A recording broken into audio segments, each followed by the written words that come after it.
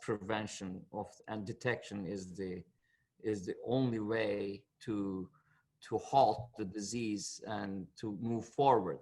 I think, and only with awareness you can bring that early diagnosis and prevention issue. Right. And endometriosis is really, really a disease you can diagnose early, and you can prevent the disease jump from one stage to another. And you really can prevent a lot of every bad things that happens to endometriosis patients, whether they lead infertility or hysterectomy or losing an organ or bowel obstruction. Many of these things could possibly very well prevented, knowing from my example of my patient population. I'm just... So let's go to some of these, I guess, concrete things. So let's just run down a list. So one is, okay, is prevention always getting surgery? Like, for example, you know, you take someone like me who was asymptomatic, endometriosis was never brought up. I'm well educated. I've been in the biopharmaceutical industry. I am a chemistry major. I didn't really know anything about endometriosis until much, much later, and even my fertility journey, which was in my mid to late 30s. And, you know, so now obviously with social media, there's a lot more awareness. But again, if you don't know to go on social media about endo, you may not find it. So how does someone know, like, get diagnosed? Because right now, again, the diagnosis is the laparoscopic surgery. And if someone is in their early stages, then it's harder to find out through an in-office exam, which even in those cases, endometriosis is missed. So how can someone get diagnosed early? Are these the patients who have that severe pain at a young age, and, you know, they should have the right to fight for the right treatment? Like, who are these patients you can get early?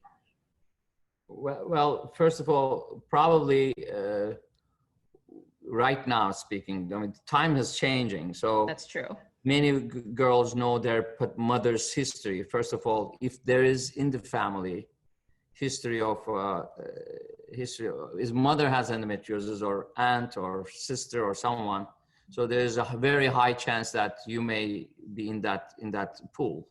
So that's one part. Even though there's no symptoms, one has to bear in mind they need to, that part of awareness, number one. And symptoms, many times we teach women that certain symptoms of even painful period, with a little bit of everything that I mentioned before, it doesn't have to be very severe, but if they're dancing together, they're all three of them are around, but if they're not sexually active, significant bowel symptoms with painful period and laterality, one side, this, even though they are normalized, so-called normalcy is being pushed by doctor or their even mother, or no, don't worry, I have it too, don't worry, it's going to be, but self-awareness is a key. They don't have to be very severe. So we could really recognize certain things without panicking. I mean, you know, and that one, we're talking about the symptomatic group right now. And how can a woman know? I mean, awareness is becoming another, you know, serious, it's a part of education. So that's why in foundation, we started this high school education to young girls and boys too, because a man can recognize things in a relationship that women may not even want to bring, you know, this, because endo affects not only women, they're everybody around them.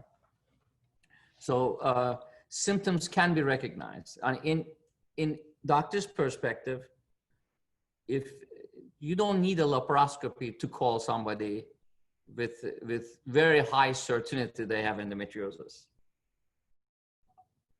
In my population, out of 100 cases I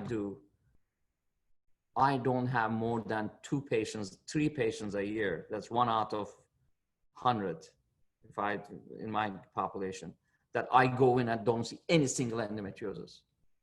Okay. Wow. Completely. However, there are type of endometriosis that in some women, it is massive. In some women, it's 1 or 2 lesions. So let's roll the tape back. It's easy to diagnose endometriosis by when they have image findings, like on sonogram, you see the cyst, or MRI, you see bowel nodule, or da-da-da. That's why they say, the fertility doctors, when they say 50% endometriosis, they're talking about endometrioma when there is cyst, all right? Endometrioma is an end stage of endometriosis, all right? When the ovary gets a cyst, chocolate cyst, it's already, the thing has been cooking there for years. Peritoneal endometriosis, how it starts. And for that, there's no biomarker. Well, we'll get to that. There's no biomarker. For that, there's no image studies. When you look at everything normal. So you're complaining about pain, lady, but everything is negatives. Sorry, there's nothing I can do for you.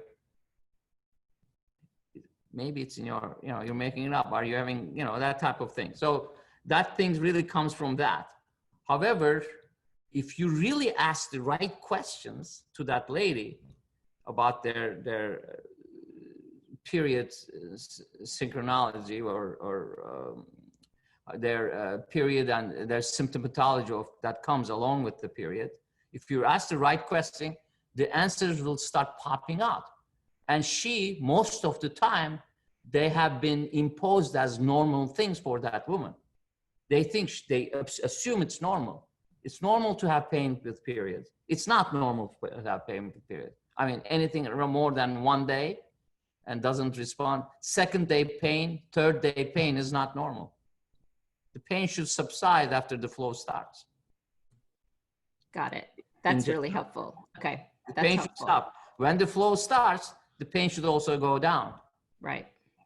And if the pain is continuing after the flow starts and staying and lateralizing, right side, left side, ooh, that means something. You got to ask the question in a very fragmented microscopic format.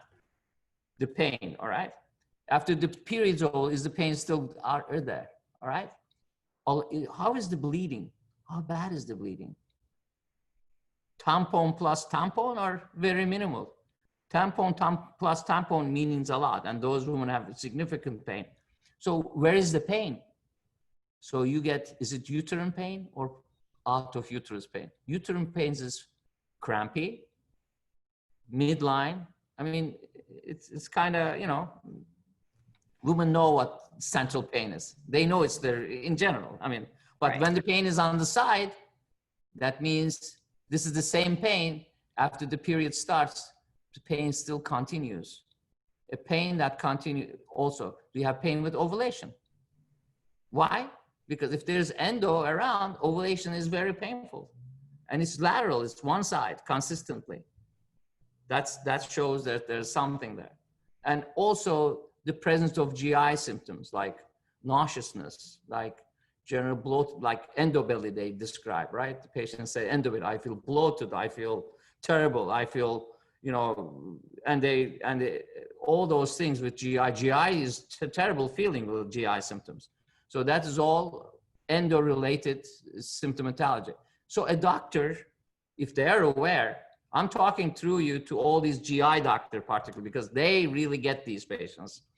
And they are the least informed people on endometriosis. And you know what?